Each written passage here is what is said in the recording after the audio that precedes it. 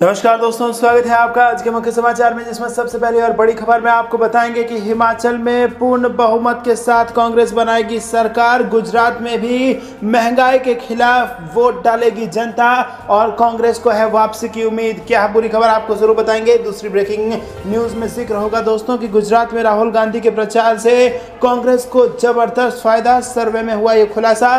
तीसरी breaking news में आपको बताएंगे कि भावुक हुए कांग्रेस के अध्यक्ष मल्लिकार्जुन खड़गे बोले, मेरे हाथ की तो कोई चाय भी नहीं पीता। खुद को अछूत बताकर कांग्रेस चीफ का पीएम मोदी पर सीधा वार। चौथी ब्रेकिंग न्यूज में आपको बताएंगे कि भाजपा के पूर्व मंत्री अब कांग्रेस में शामिल, कांग्रेस के राष्ट्रीय अध्यक्ष खड़गे ने कराई एंट्री। और इसी के साथ पांचवी ब्रेकिंग न्यूज में जिक्र होगा कि कांग्रेस गहलोत और पायलट विवाद पर जयराम रमेश बोले कि कांग्रेस को कड़े फैसले लेने से भी कोई परहेज नहीं। दोस्तों, हर एक खबर की गहराई में आपको ले जाएंगे, लेकिन उससे पहले अगर आपको भी ऐसा लगता है कि 27 साल बाद बदलने जा रही है गुजरात की सत्ता, तो वीडियो को लाइक, चैनल को सब्सक्राइब और बेल आइकन जरूर दबाइएगा। रुक करते हैं सबसे पहली और बड़ी खबर की तरफ, जो कि हिमाचल प्रदेश से आ रही है और पूर्ण बहुमत से कांग्रेस सरकार बनाने जा रही है और गुजरात में भी महंगाई के खिलाफ लोग वोट डालने वाले हैं। ये बड़ा बयान सामने आया है। जी हाँ दोस्तों, हिमाचल प्रदेश में कांग्रेस पूर्ण बहुमत से सरकार बनाएगी। रविवार को यह बात कांग्रेस कमेटी के प्रदेश प्रवक्ता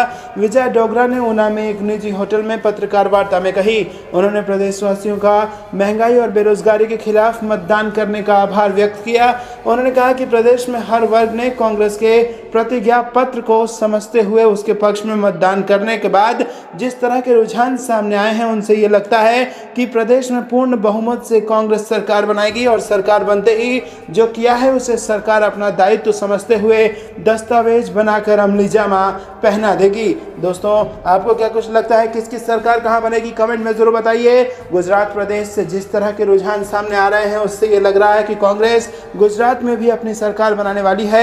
उन्होंने गुजरात के मतदाताओं से आग्रह किया कि बढ़ती महंगाई और बेरोजगारी के खिलाफ मतदान करें, जिससे गुजरात प्रदेश के लोगों को भी राहत मिले। और इस मौके पर उनके साथ कुटेल हेड कांग्रेस सेवा दल के अध्यक्ष भी मौजूद थे। तो दोस्तों, कमेंट में अपनी राय बताइए किसकी सरकार बन रही है। वीडियो को लाइक, चैनल को सब्सक्राइब करना मत भूलेगा। रुक करते हैं अगली ब्रेकिंग न्यूज की तरफ। गुजरात में राहुल गांधी का जबरदस्त प्रचार, जिससे कांग्रेस को हो रहा है फायदा। आखिरी हफ्ते में आया चौंकाने वाला नतीजा। जी हां दोस्तों, आपको बता दें, गुजरात विधानसभा चुनाव के पहले चरण में 2-3 दिन का समय बाकी है और चुनाव प्रचार के अंतिम दौर में सभी राजनीतिक दलों ने पूरी ताकत झोंक दी है। सियासी दलों के दिग्गज नेताओं ने चुनाव प्रचार के लिए गुजरात में डेरा डाल दिया है। गुजरात चुनाव के पहले चरण का चुनाव प्रचार 29 नवंबर को थम जाएगा और भारत जोड़ो यात्रा पर निकले कांग्रेस सांसद राहुल गांधी ने पिछले हफ्ते ही गुजरात चुनाव में पार्टी के लिए प्रचार की कमान संभाल ली थी और राहुल गांधी ने 21 नवंबर को गुजरात के सूरत और राजकोट में पार्टी के लिए चुनाव प्रचार भी किया था।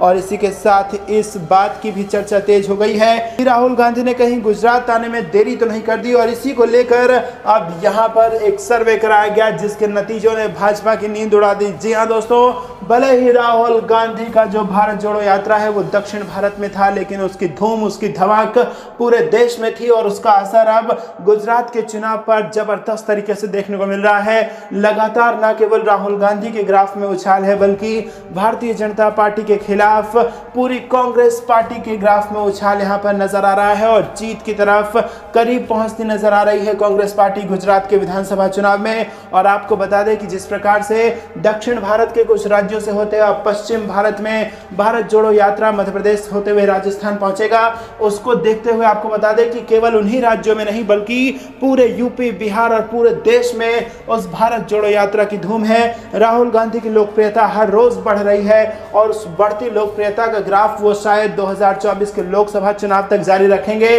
तो असली लक्ष्य 2024 का लोकसभा चुनाव लग रहा है और इसी में गुजरात का विधानसभा चुनाव हो, चाहे हिमाचल प्रदेश का विधानसभा चुनाव हो या फिर अगले साल होने वाले मध्य प्रदेश और राजस्थान का विधानसभा चुनाव हो, एक ही तीर से इन सारे निशानों को साधते नजर आ रहे हैं राहुल गांधी और इससे कांग्रेस पार्टी को जबरदस्त फायदा हो रहा है और एक बड़े और नए नेता के रूप में उभर करके सामने आ रहे हैं राहुल गांधी, जिससे कांग्रेस को बड़ी मजबूती मिल रही है। आपको क्या कुछ लगता है कमेंट में जरूर बताइए। अगर आप भी राहुल गांधी का खुलकर समर्थन करते हैं तो वीडियो को लाइक करना मत भूलिएगा। दोस्तों रुक करते हैं अगली ब्रेकिंग न्यूज की तरफ। चुनाव के प्रचार के दौरान भावुक हुए कांग्रेस के नए अध्यक्ष मल्लिकार्जुन खड़गे, कहा मेरी हाथ की तो कोई चाय भी नहीं पीता। जी हां दोस्तों, गुजरात में पहले चरण की वोटिंग से पहले चुनाव प्रचार अभियान पर चरम पर पहुंच गया है।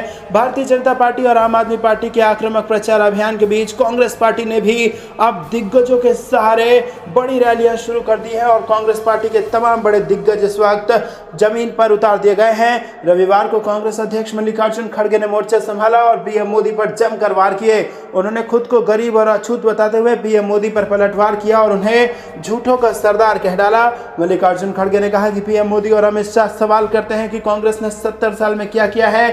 खड़गे ने कहा यदि कांग्रेस ने कुछ नहीं किया होता तो उन्हें लोकतंत्र नहीं मिलता। खड़गे ने कहा कि आपके जैसा आदमी जो हमेशा दावा करता है कि मैं गरीब हूं, अरे हम भी गरीब हैं, हम तो गरीब से भी गरीब हैं, हम तो अछूतों में आते हैं और कम से कम तुम्हारी कोई चाय तो पीता है, हमारे हाथ की तो कोई चाय भी नहीं पीता। खड़गे ने कहा कि पीएम मोदी औकात की बात करके सहानुभूति बटोरना चाहते हैं लेकिन बार बार झूठ नहीं चलेगा।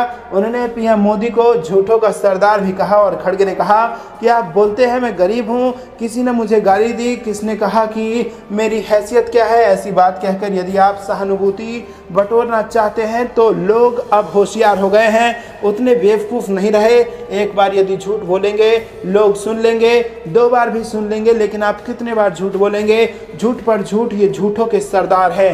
तो दोस्तों प्रधानमंत्री मोदी को झूठों का सरदार कह करके यहाँ पर घेरा है मल्लिकार्जुन खड़गे ने और इसी के साथ ये भी कहा है कि जनता एक बार आपका झूठ सुन लेगी, दूसरी बार भी सुन लेगी, लेकिन जनता इतनी बेवकूफ़ नहीं है कि वो हमेशा आपका झूठ सुनते रहेगी। जनता समझदार है और अब आप झूठ बोलना बंद कीजिए, आप ये कहना बंद कीजिए कि आप गरीब हैं। अरे आपके हाथ की लोग चाय तो पी लेते थे, हम तो अछूत जाति से आ रहे हैं और हमारे हाथ की तो लोग चाय भी नहीं पीते, हम तो गरीबों से भी गरीब हैं। तो दोस्तों क्या आपको भी ऐसा लगता है कि गरीबी का नाटक करते हैं भारतीय जनता पार्टी के तमाम बड़े नेता ताकि लोगों की सहानुभूति बटोरी जा सके? कमेंट में अपनी राय हम तक जरूर पहुंचाइएगा। वीडियो को लाइक, चैनल को सब्सक्राइब और बेल आइकन दबाना मत भूलिएगा। रुक करते हैं भाजपा के पूर्व मंत्री कांग्रेस में शामिल, कांग्रेस के राष्ट्रीय अध्यक्ष खड़गे ने कराई एंट्री। जी हां दोस्तों, गुजरात के पूर्व मंत्री जयनारायण व्यास आधिकारिक रूप से कांग्रेस में शामिल हो गए हैं। अहमदाबाद के एक कार्यक्रम में कांग्रेस के राष्ट्रीय अध्यक्ष मल्लिकार्जुन खड़गे ने उनकी कांग्रेस में एंट्री कराई और गुजरात भाजपा के वरिष्ठ नेता व्यास ने 4 नवंबर को बीजेपी से इस्तीफा दे दिया था और इसके बाद वो राजस्थान के मुख्यमंत्री अशोक गहलोत के साथ एक कार्यक्रम में नजर आए थे और इसी के बाद से उनके कांग्रेस में जाने की चर्चा शुरू हो गई थी। और मोदी सरकार में गुजरात के स्वास्थ्य मंत्री रह चुके व्यास को पिछले चुनाव में टिकट नहीं दिया गया था। हालांकि उन्हें उम्मीद थी कि इस बार बीजेपी उन्हें टिकट देगी, लेकिन इस बार भी भाजपा ने उन्हें टिकट नहीं दिया और इसी के चलते वो पार्टी से नाराज थे कि गुजरात में बनने जा रही है कांग्रेस की सरकार और इसीलिए भाजपा के कई सारे नेता आ रहे हैं कांग्रेस में। कमेंट में अपनी राय हमें जरूर बताइए। अगली ब्रेकिंग न्यूज की तरफ, गहलोत व पायलट विवाद पर जयराम रमेश का बड़ा बयान, बोले कांग्रेस को कड़े फैसले लेने से भी कोई परहेज नहीं। जी हां दोस्तों, आपको बता दें ये बड़ी खबर आ रही है। राजस्थान के मुख्यमंत्री अशोक गहलोत और पूर्व उप मुख्यमंत्री सचिन पायलट के बीच मतभेद को लेकर कांग्रेस के राष्ट्रीय महासचिव जयराम रमेश ने कहा है कि पार्टी को दोनों ही नेताओं की जरूरत है, लेकिन संगठन को मजबूत करने के लिए यदि आवश्यकता पड़ी तो कांग्रेस कड़े फैसले लेने से भी परहेज नहीं करेगी। रविवार को भारत जोड़ो यात्रा के साथ इंदौर पहुंचे राष्ट्रीय महासचिव ने पत्रकारों से चर्चा करते हुए कहा कि संगठन हमारे लिए सबसे पहले है और इस मामले में ऐसा समाधान निकाला जाएगा जिससे पार्टी मजबूत होगी। उन्होंने कहा कि गहलोत जहां वरिष्ठ और अनुभवी नेता हैं, वहीं सचिन पायलट युवा और ऊर्जावान नेता हैं। इन दोनों की ही पार्टी को जरूरत है, लेकिन फिर भी मुख्यमंत्री गहलोत को ऐसे शब्दों का प्रयोग नहीं करना चाहिए था। वहीं दोस्तों आपको बता दें कि राहुल गांधी की भारत जोड़ो यात्रा के बारे में जयराम रमेश ने कहा कि अन्य राज्यों की तरह राजस्थान में भी यात्रा सफल रहेगी। गुजरात चुनाव में भाजपा के संकल्प पत्र में समान नागरिक संहिता लागू करने के वादे पर उन्होंने कहा कि इस मुद्दे पर सांसद के बाहर और भीतर बहस होनी चाहिए। भाजपा वोटों के ध्रुवीकरण के लिए इस तरह के मुद्दे उठाती रहती है और चुनाव होते ही भूल जाती है। उन्होंने कहा कि गुजरात में मुख्य मुकाबला भाजपा और कांग्रेस के बीच है। आम आदमी पार्टी गुजरात में जमीनी स्तर पर मजबूत नहीं है। बता दें कि हिमाचल प्रदेश अध्यक्ष प्रतिभा सिंह रविवार को राहुल गांधी की भारत जोड़ो यात्रा में शामिल हुई। उन्होंने राहुल गांधी के साथ मार्च किया और प्रतिभा सिंह दिन भर राहुल गांधी के साथ इस यात्रा में पैदल चली। प्रतिभा सिंह ने राहुल गांधी को पहाड़ी टोपी पहनाई और कांग्रेस महासचिव विक्रमादित्य सिंह व युवा कांग्रेस के कार्यकारी अध्यक्ष भी यात्रा में पैदल मार्च में शामिल हुए। रुक करते हैं अगली ब्रेकिंग न्यूज की तरफ कि उपचुनाव से जुड़ी आ रही है। निकाय उपचुनाव में चल गया है कांग्रेस का जादू। जी हां दोस्तों, आपको बता दें कि राजस्थान में हाल ही में संपन्न हुए नगर परिषद और नगर पालिका के उपचुनाव में कांग्रेस ने बाजी मार ली है। जैसलमेर नगर परिषद के वार्ड संख्या के 2 में हुए उपचुनाव में कांग्रेस की सुमन कंवर 121 वोटों से जीत गई और उन्होंने बीजेपी उम्मीदवार चंद्र कंवर को हरा दिया। अजमेर की सावर उपचुनाव में कांग्रेस प्रत्याशी ने जीत हासिल कर ली है। तो दोस्तों, यहाँ पर बड़ी खबर आ रही है। बता दें कि 25 नवंबर को वार्ड नंबर 15 में उपचुनाव हुए थे और यहाँ पर भी आपको बता दें भाजपा को बड़ा झटका लगा था। तो जिस प्रकार से उपचुनाव में राजस्थान में भाजपा को झटके लग रहे हैं, लग रहा है यही है कि 2023 में जो विधानसभा चुनाव होगा उसमें भी यही हाल भाजपा का होने वाला है। रुक करते हैं ब्रेकिंग न्यूज की तरफ जो कि भारत जोड़ो यात्रा से जुड़ी आ रही है। भारत जोड़ो यात्रा के दौरान दिखा राहुल गांधी का खास अंदाज। जी हाँ दोस्तों, बुलेट पर सवार नजर आए राहुल गांधी। कांग्रेस के पूर्व अध्यक्ष राहुल गांधी की अगुवाई वाली भारत जोड़ो यात्रा रविवार को मध्य प्रदेश के सबसे बड़े शहर इंदौर पहुंची और राहुल गांधी सुबह महू में यात्रा के दौरान बाइक चलाते नजर आए। न्यूज एजेंसी ANI ने कांग्रेस नेता का वीडियो जारी किया और इसमें उनकी बाइक के आगे सुरक्षा कर्मी दौड़ते नजर आ रहे हैं। रास्ते को जल्दी जल्दी खाली कराया जा रहा है और राहुल गांधी के पीछे से उनके समर्थक दौड़ लगाते दिखाई दे रहे हैं। भारत जोड़ो यात्रा के दौरान समाज के अलग अलग तबकों के लोगों के साथ साथ एक दिव्यांग व्यक्ति भी यात्रा में शामिल हुआ है और राहुल गांधी कुछ देर के लिए उसकी व्हीलचेयर धकेलते नजर आए और यात्रा में हिस्सा लेने के बाद दिव्यांग मनोहर ने बताया कि उन्होंने राहुल गांधी से कहा कि अब देश बदलना चाहिए। दोस्तों, क्या आपको भी ऐसा लगता है कि अब देश बदलना चाहिए और इसके लिए राहुल गांधी है सबसे बढ़िया नेता? तो लाइक करके कमेंट में अपनी राय हम तक जरूर पहुंचाइए। रुक करते हैं अगली ब्रेकिंग न्यूज की तरफ। गुजरात में निष्पक्ष नहीं हो रहा है चुनाव, सरकारी तंत्र का इस्तेमाल कर रहे हैं CM पटेल। कांग्रेस उम्मीदवार ने लगाए ये आरोप। जी हाँ दोस्तों, गुजरात में एक और 5 दिसंबर को विधानसभा चुनाव के लिए मतदान होगा और चुनाव को लेकर राजनीतिक दलों के बीच बयानबाजी तेज हो गई है। इसी कड़ी में राज्यसभा सांसद और कांग्रेस की उम्मीदवार अमीबेन याग्निक ने बीजेपी पर बड़ा आरोप लगाया है। मुख्यमंत्री भूपेंद्र पटेल के सामने चुनाव लड़ रही अमीबेन ने कहा कि फेयर इलेक्शन नहीं हो रहा है, मुख्यमंत्री सरकारी तंत्र का गलत इस्तेमाल कर रहे हैं। कांग्रेस उम्मीदवार यही नहीं रुकी, उन्होंने कहा कि प्रचार खत्म होने के बाद भी सरकारी तंत्र लगेगा और काउंटिंग में भी लगेगा। आचार संहिता की मॉनिटरिंग कौन करेगा? बता दें कि कांग्रेस ने अहमदाबाद महानगर की घाटलोड़िया सीट पर मुख्यमंत्री भूपेंद्र पटेल के खिलाफ राज्यसभा सदस्य अमीबेन याग्निक को मैदान में उतारा है और इससे पहले एक न्यूज़ चैनल के कार्यक्रम में अमीबेन याग्निक ने बीजेपी पर कांग्रेस के नेताओं को तोड़ने का भी आरोप लगाया था। उन्होंने कहा कि कांग्रेस पार्टी जोश के साथ चुनाव लड़ रही है, इसीलिए दल बदल देखने को मिल रहा है। कांग्रेस उम्मीदवार ने कहा कि बीजेपी वाले कभी भी लीडर नहीं बनाते, वो तो हमारी पार्टी से विधायकों को उठा कर ले जाते हैं। गौरतलब है कि जिस सीट से अमीबेन याग्निक चुनाव लड़ रही हैं वो साल 2012 में अस्तित्व में आई थी। कांग्रेस उम्मीदवार के सामने यहां मुख्यमंत्री भूपेंद्र पटेल मैदान में हैं और अब तक यहां 2 बार चुनाव हुए हैं और दोनों बार इस सीट पर बीजेपी का कब्जा रहा है। दिलचस्प बात भी यही है कि यहां से जीते दोनों विधायक राज्य के मुख्यमंत्री बने और दोनों ही चुनाव के दौरान मुख्यमंत्री पद का चेहरा नहीं थे। गुजरात में पहले चरण में 89 सीटों पर चुनाव होना है और 1 दिसंबर को मतदान होगा। वहीं दोस्तों, दूसरे चरण में 93 सीटों पर चुनाव होना है, जिसके लिए 5 दिसंबर को वोट डाले जाएंगे और चुनाव नतीजे 8 दिसंबर को आएंगे। इसमें आपको बता दें कि गुजरात के चुनाव में इस बार त्रिकोणीय मुकाबला बताया जा रहा है और बीजेपी और कांग्रेस के अलावा दिल्ली और पंजाब में सरकार बना चुकी आम आदमी पार्टी भी चुनावी मैदान में ताल ठोक रही है और जीत के दावे कर रही है। दोस्तों, रुक करते हैं अगली ब्रेकिंग न्यूज की तरफ। जोरदार हंगामे के बीच चलेगा शीतकालीन सत्र। महंगाई, बेरोजगारी के अलावा कई मुद्दों पर सरकार को घेरेगा विपक्ष। जी हाँ दोस्तों, संसद के आगामी शीतकालीन सत्र के दौरान सरकार की नज़र डाटा संरक्षण विधेयक सहित करीब 1 दर्जन विधेयक पारित करने पर है, लेकिन विपक्ष के तेवर देख लगता नहीं कि सदन में उसकी राह आसान होगी। विपक्षी दलों द्वारा शासित राज्यों में राज्यपालों के कथित हस्तक्षेप, जांच एजेंसियों के दुरुपयोग, बेरोजगारी, किसानों की समस्या, महंगाई, पुरानी पेंशन पेंशन योजना बहाल करने की मांग जैसे मुद्दों पर विपक्ष सरकार को घेरने की तैयारी कर रहा है। संसदीय कार्य राज्य मंत्री अर्जुन राम मेघवाल ने बताया कि हम सत्र में सुचारू रूप से कामकाज सुनिश्चित करना चाहते हैं। 6 दिसंबर को सर्वदलीय बैठक में विभिन्न दलों के साथ चर्चा होगी और विषय तय किए जाएंगे। कांग्रेस, तृणमूल कांग्रेस, आरसीपी सहित कई विपक्षी दल सत्र के दौरान महंगाई, बेरोजगारी के अलावा विपक्षी दलों के शासन वाले तमिलनाडु, पश्चिम बंगाल, तेलंगाना, केरल जैसे राज्यों में राज्यपाल द्वारा कथित तौर पर कामकाज में हस्तक्षेप करने के विषय को शीतकालीन सत्र में पुरजोर तरीके से उठाएंगे।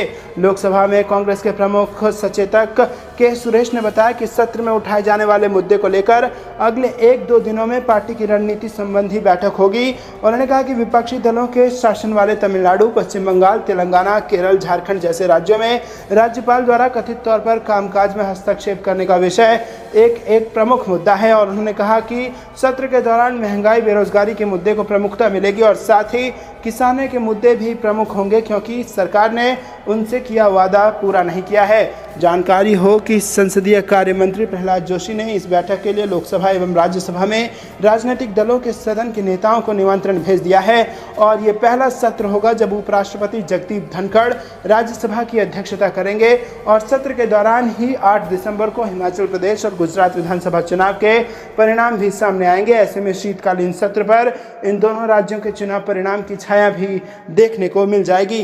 दोस्तों, रुक करते हैं अगली ब्रेकिंग न्यूज़ की तरफ। चुनाव सबसे ज्यादा करोड़पति उम्मीदवार बीजेपी के, कांग्रेस टॉप 10 में भी नहीं। एडीआर की रिपोर्ट में यह बड़ा खुलासा। जी हां दोस्तों, आपको बता दें कि एमसीडी चुनाव में भारतीय जनता पार्टी के करोड़पति उम्मीदवारों की संख्या सर्वाधिक है।